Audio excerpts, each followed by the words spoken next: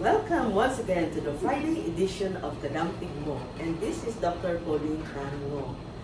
February is Heart Month, and again we have our topic for today is about the heart. And I have a special guest with me right now in celebration of Heart Month. He is a graduate of WVSU, West Visayas State University, across the sea. He had his residency training at Riverside Medical Center and his cardiology training in Chinese General Hospital and Medical Center. He underwent further training in interventional cardiology. So he's not just an ordinary cardiologist, but nag-subspecialize din siya. But of course, he received cardiology patients. So without further ado, let me give the floor to Dr. Michael Cabalatungan. Ay, mayong adlaw. Good morning, good afternoon, or good evening sa mga nagatanaw sa aton subong over sa social media. And salamat gid, thank you gid Dr. Pauline for inviting me in your program for today. Yes, so actually what we are going to speak today or discuss today is about the new slogan or advocacy of Philippine Heart Association, of which both of us are members. So do you remember the 52100? Wala na ni siya gali. So buong giniilis naman nila sa ano gani, Doc Mike? Okay, anyway, ang sa 52100 has been a slogan and advocacy sa Philippine Heart Association. Philippine Heart Association is our local society in the Philippines where all cardiologists are actually a member. No? So our advocacy for the last 20 years or so is 52100. Everybody probably are familiar sa meaning sina. Pero it's practically the same thing. Just to review, ang 52100, you have 5 servings of fruits and vegetables a day. Ang 2 na siya, meaning 2 hours of screen time. We were advocating 2 hours lang dapat pala, to use your cell phone and even on your laptops, etc. Unless, of course, kung sa educational purposes na siya. 1 hour exercise, 0 sugar, 0 smoking. So very, very short. Pero the message is very clear and the message is very, something that you can ma-remember mo gid pala tayo now. It was brief and concise. Brief and concise, correct na siya, Doc. So it's been like that for more than 20 years, no? So sining nga tuig, ang amon local society, ang aton nga society diri sa Philippines, they came up with a much comprehensive, I would say, nga slogan or campaign, timing with sa buwan sang mga puso, buwan sang corazon, buwan sang, it's really the heart month. So every heart month, every year, we try to come up, our society tries to come up sa isa ka programa para ma-promote natin ang healthy living, how to take care of our heart. So that's it. No? Yes, so the new slogan or the new advocacy is PHA, Puso Muna. Okay. Very catchy. Ano siya? Tagalog siya. This time around, hindi na numbers. So, nero numbers to, no? So, subong niya, very catchy, PHA, Puso Muna. So, that alone speaks nga, i-prioritize na dapat ang aton yung mga heart, ang corazon, in terms of health, no? So, pero, beyond that, behind that, may meaning ang PHA, Puso Muna. It's actually an acronym that stands, each letter has a particular meaning. Okay, so let's go ahead and talk about P. Ang Okay. PHA is Philippine Heart Wala Association. So wala ta sa pero P. Pero pwede, yeah. Yes. So, every letter stands for a certain meaning. So, we begin with the PHA. So, PHA, ang letter P dira, stands for, actually in Tagalog siya. So, pagkain ng masustansya, which is exactly the same advocacy that we had in the previous slogan. So, 5 still fruits and vegetables. So, pagkain ng masustansya. According sa ila, the very conventional pala, Doc, na halin sa elementary, high school, ang teaching sa aton would be the go, grow, and glow. It still works up to this day. No? So, ara gina siya gyapon galing kiti different contexto lang siya. So, ang gina-recommend sa aton nga society is you feel ang imubla plato, half of that should actually be filled with fruits and vegetables kina siya. Ang 1/4 is filled with lean protein and ano pa na di? Atong Lean 1/4 protein. is Ang whole 1/4 grain. is all green. So all Whole vegetables. grain. Whole grain. So amo na siya. So it actually represents the conventional campaign naton. So sa healthy nutrition sa grow and glow. So well, it's just a guideline para at least ma-remind ta bala nga dapat ang plato nato na muna hindi pa puro tanan sang fat, hindi puro tanan sang sweetened. So dapat it has to be divided into something na may mga choices kita kag healthy choices dapat. That's very easy to remember, Mm-mm. no? Kaya actually ang aton nga vegetables, it also include the legumes, di ba? And the root crops. So hindi tamang sila nga puro lang ay base ang mga bata hindi sila gusto magdahon, Oo. no? Pero ang dahon pwede tayo itago sa munggo, pwede natin itago sa pochero, ang mga Okay, so greens may natin. pochegapon. Yes, Oo. okay. So that's very good nga. Half of the plate is veggies and fruits. Fruits. 1/4 is protein. Ang protein na muna na ang aton nga itlog, aton nga karne, aton nga isda, aton nga pork and baboy. And ang last is whole grains. And ideally whole grains means ang aton nga mga brown rice. So actually may lean protein naman da, so that includes any mga fish, kag any mga poultry products. So chicken. Letter H. So we go sa PHA. So letter H, Huwag Manigarilyo. Ang Huwag Manigarilyo has been a campaign even way before PHA. So dugay ka na niya na kampanya because it has always been proven na cigarette smoking is definitely very, very hazardous din sa health natin. So buong nag-come up agad sila another thing, no? They try to hide it into something more modern. Ang vaping bala. So, they target children. Vaping is very attractive sa mga younger generation. Very convenient siya eh. You don't need fire most of the time. Tapos very convenient ang pagtago. So I remember sa una allowed pa ang vaping sa mall. So when they came up with the observational studies and eventually large-scale studies na may ara di man siya dili isang health risk yapon, no? Same, actually even much worse than the regular smoking. So we are trying to campaign against all of it, no? So dapat wala gid smoking, not even vaping. So that's the letter H sa akin. Ang vaping causes what is known as popcorn lungs, no? Aha, actually daw damo naman subong nagagawa nga vaping related. No? So let's go to letter A. Ang letter A naman, aktibong pamumuhay. So active lifestyle. So we want to encourage everybody na part din na permis sa aton ng healthy lifestyle is to do exercise as regular as you can make it. No? Ang recommendation, actually dugay na siyang recommendation sa even the AHA. No? So we spend like 150 minutes. Ang muna permis na emphasize natin, at least a minimum lang gid of 150 minutes for the whole week na siya. So depende sa imo kung paano mo na siya i-distribute. So what we recommend sometimes, kasi kung busy gid ang lifestyle, 50 minutes every, at least 3 times a week. Or that's about an hour, 3 times a week. So medyo hindi gid man siya muna kakapoy. Pero if you try to spend it that way as a regular routine, I think though pwede, siguro possible na siguro na ito mo. Yes. So The many key things. is consistency. Correct. No? So, kaya is January lang dali. Mm-mm. Tapos pag February, daga matamat na hinay.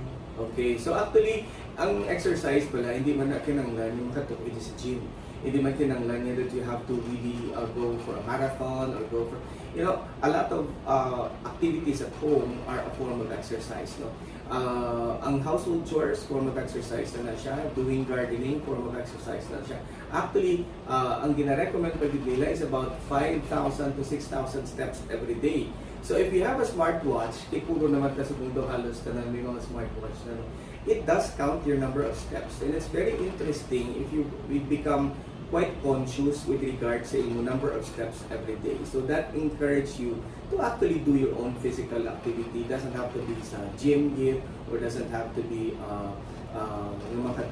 for a jog or something. No? And of course, sports. If you're fun with sports, you go ahead with it because it's really a form of exercise man at the same time. And let's not forget strength training. So, all of that part. No? Actually, there was a time na remember ko ni ang Sneakers Friday. When we were on training, we were really required every Friday to wear sneakers. Because that's a way for us to be, inap lang ma-remind ka nga, naka-rubber shoes ko, naka-running shoes ko, I really need to walk. So, it was a good campaign. It was fun at the same time. So, kahit pa paano, na-carry on na siya up to, I think up to this day, I'm not sure kung nag-open up agad the Sneakers Friday. But it was fun. Okay, so that was PHA. So, we proceed with the next line, ang puso. The letter B for the puso is presyon ay kontrolin. So, it talks about blood pressure control. Kaya isubong niya, biskanda mo na kung subong makita ng mga patients sa clinic, young patients, blood pressures are really elevated. No? Yes. Teenagers na mo, is 130 na. Yeah, may mga 20s na ko subong niya that I'm treating for hypertension already. So, medyo masubo na siya. No? Kaya at an early age, you start taking medications already. So, you have to remember, ang blood pressure niya taas or hypertension is 140/90 and above. So, at any point, yung makakuha ka na sa amo na blood pressure, that is a flag sign. No flag sign na oops, doon nagalapot na ko sa amuning level sa blood pressure. Maybe it's time for you to investigate, to see your doctor, and see if there's anything that you need to fix. No? Hindi man na automatic na mabulong kita da yun. Kaya iti ang recommendation, pero niya, lifestyle is always, lifestyle modification is always the primary, is always the first line na ginaupra natin, na gina-encourage, natin. Pero when lifestyle modification fails, usually natagahan ka na tag 6 months na mag-lifestyle, after 6 months, pabalik sila sa clinic, nagtaas kaya po ng blood pressure, that's when we decide na daw kinanglan mo na siguro inom sa maintenance medication. So that's presyon ay kontrolin. That's for the P. Yeah. And U is? Ang U is, so we're talking about maintenance already. Daw segue to ang aton nga blood pressure control, uminom ng maintenance. So let's just say, may maintenance ka naman here. No? So when once ma-startan ka sa doktor mo sa mga bulong, na daw mga kabalo ka na sa mga maintenance meds. These are medications for blood pressure, these are blood medications for diabetes, these are medications sometimes for anti-cholesterol lang. So these medications are long-term. Some of them are really dugay kag lifelong. No? So when you say maintenance, dapat regular gina siya. Hindi na siya yasiling after a month stop ko na siya. No? Unless and until ang doktor mo mismo magambal sa mga okay, pwede mo na ni siguro makakas. That is probably safe to say na okay, basic blood rate ka naman. Hindi kami aragin man ang mga patients niya, pwede mo na siya yung makakas. Ma-win off sila pwede sa mga siya, may mga possible na patients. Pero when you say maintenance as much as possible, you keep your medications at a regular day, at a regular timing all the time. And always visit your doctor. Basta may maintenance medications ka mo, it's always important to have a regular visit. Kaya gina-adjust na natin ang mga dosing sa produkta. Okay, thank you, Dr. Mike. Let's pause for a short break, but this is getting interesting. DYBS kadampig mo, and now we are on the second half. So I have with me Dr. Mike Kabalatungan, and we discuss about PHA, puso muna. Tayo ma-review ta. P, pagkain na masustansya. H, huwag manigarilyo. A, aktibong buhay. P, presyon ay kontrolin. And U, uminom ng maintenance. yes. So, masunod naman ta sa puso muna. Sa SO naman ta. So, take it away. Sige, so masugot ta sa letter S, kaya ito nagbundo kanina, no? Letter S, sugar eye controlling. So, part man na siya sa campaign natin sa previous natin advocacy, ang zero sugar. So, again, mga sweetened beverages, ang mga Milk tea. yeah, actually, sweetened. Basta anything na sweetened, no? I know it's very fancy, kag-enjoy kita ni all the time, so it's difficult na hindi pigit na mag-inom, pero please try not to make it a daily habit. Don't make it your regular drink. dapat ang regular drink tagidya, tubig lang gidya mo. Yes. No, sa totoo lang. And even your coffee, as much as possible, if you can avoid putting sugar, avoid doing it. Black Unless, coffee lang. Yeah. Oo, so avoid man sa mga desserts. Ay, kabudlay gina, pero Budlay we gina. we Yeah, can do ita. it. Yeah, pero Yes. you know, if you cannot totally, if you cannot totally like remove it, at least reduce it to the minimum. Mhm. Okay. Next, Sa ang O. letter O is obesity. No, obesity ay iwasan.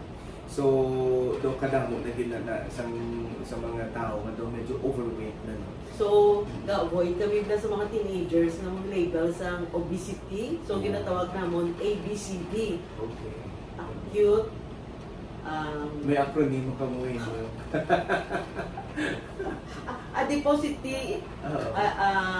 AB, adiposity base, Okay. chronic disease. Okay. ABCD. Oo. Kaya ang mga sensitive na sila lang ang labeling kuno Oo. pang judgmental kuno Oo. magtawag sila obese. So mga ko ABCD ka lang So they are more acceptable. But Oo. dapat ang BMI is Ang BMI, so you measure it. You don't have to research it so much. No? Kasi sa phone, kami mga app na that can measure your BMI or the body mass index. No? So it goes along with the height and the weight. So i-compute mo lang na. So ang recommended nga BMI is around 18.5 to 23 kilograms per meter square. Ang overweight is if you go beyond 23 to 24.9. And ang ginalabel nila as obese na gidya if you're 25 and up na BMI na siya ha.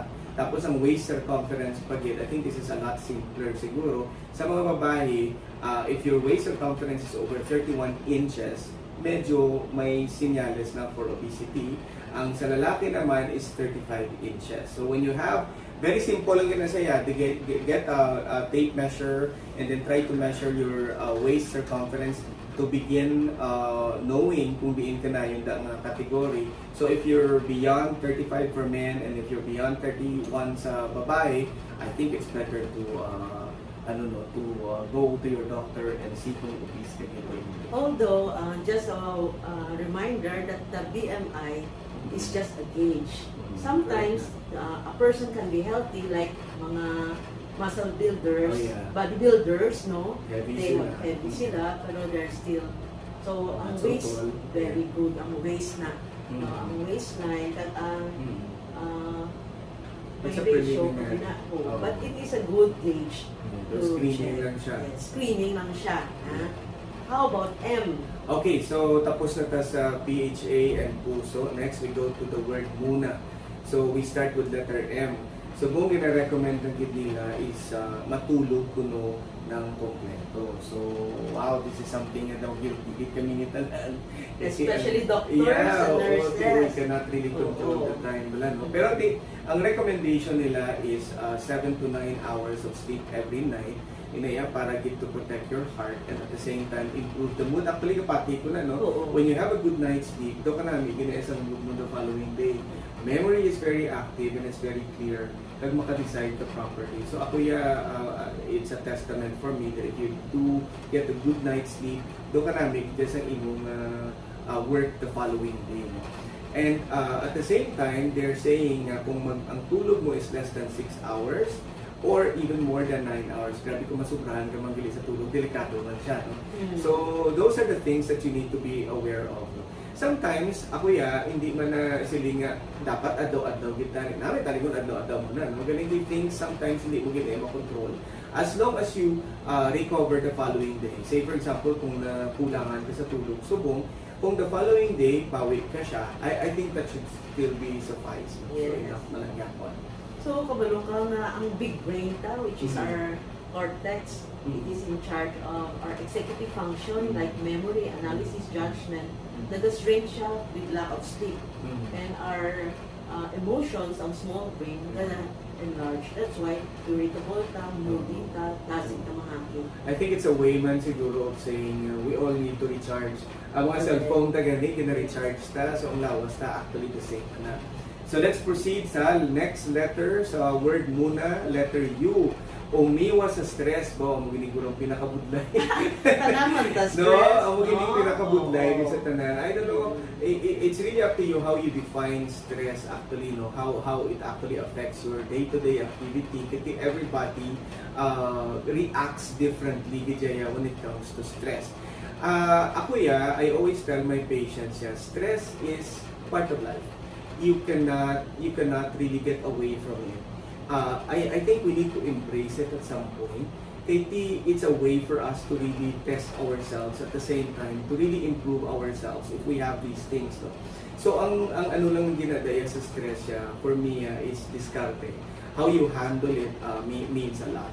Pero sometimes you cannot handle the stress if hindi mo manalagaan ang self mo properly. So you go back from the very beginning, from nutrition to exercise to to good night's sleep and really good rest. So all of those things would actually help you face whatever stress. Kasi yung stress bala, hindi naman na mabalaan kung saan mo na siya maabot mo, tapos kung ano na siya kabugat on a day-to-day basis. No?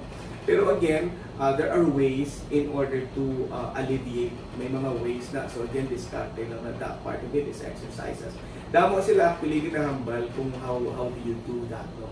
So may mga iba nyo doon na ma-deep breathing ka. You try to pause for a while. If you need to rethink things through, pwede man na. Sometimes others would be more comfortable talking to other people. So all of those things really can contribute para at least kahit paano mahagan-hagan ang stress impact sa self mo. So, dapat may social connection with Oh that. yeah, you can't do it alone no? Oo.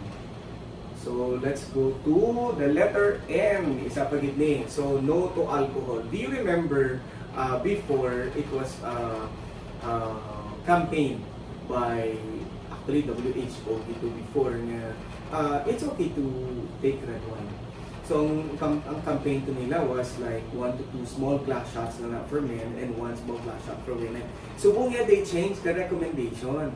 Ang recommendation, 0 alcohol naman, the perceivable as smoking, because there's no guarantee, although may gamay nga benefit tani kuno sila nga nakita sa in terms ang alcohol in terms of heart health.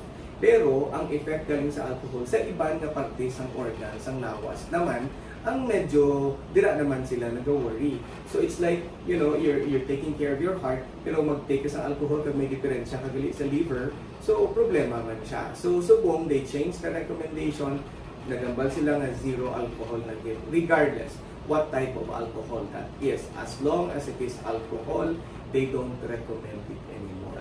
Even So, spraying medyo sakit, alcohol no? on our hands. Okay. Even sa mga babies, kari wala na butang sa puso ng alcohol. Ay, ito. Yes, because it is toxic to the liver. Okay. So even that, I mean, it's surprising for Oo. me. Okay. So, we're going to the last. Last game. Letter? Wow. Letter A.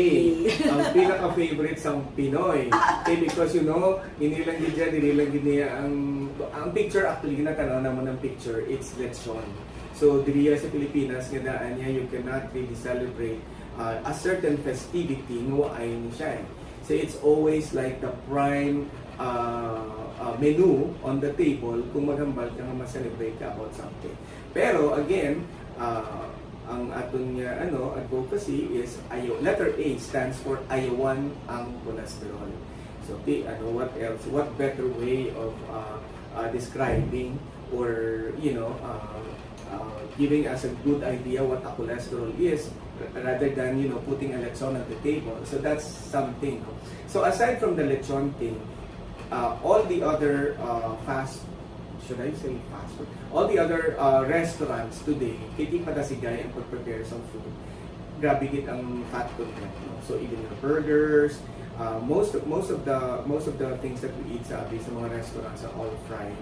So dasig siya i-prepare. Ang favorite ba sa mga teenagers, mga fries? Yeah, as in dasig siya i-prepare. So those things are really fried. So those are the things that medyo we have to understand nga medyo may effect siya.